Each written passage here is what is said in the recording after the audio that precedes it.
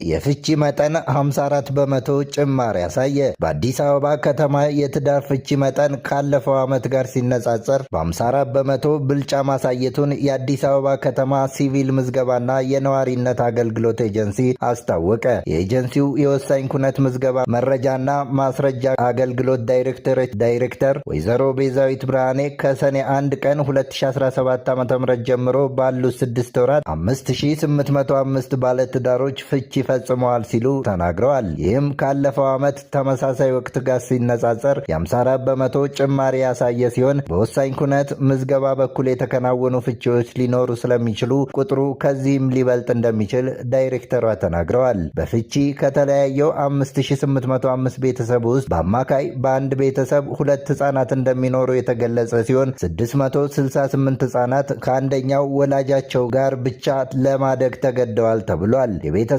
መበተን በውስጡ የሚኖሩ ህጻናት ለተለያዩ ማህበራዊ ቀውሶች እንዲዳረጉ ያደርጋል ያሉት ወይዘሮ ቤዛዊት ባለትዳሮች ፍቺ ከመፈጸማቸው በፊት የልጆቻቸውን ቀጣይ ዕጣ ፈንታ ቆም ብለው እንዲያስቡ መክረዋል። የጋብቻ ሁኔታን በተመለከተ ባለፉት 6 ወራት 19800 ጋብቻዎች መመዝገባቸውን ዳይሬክተሯ ተናግረዋል።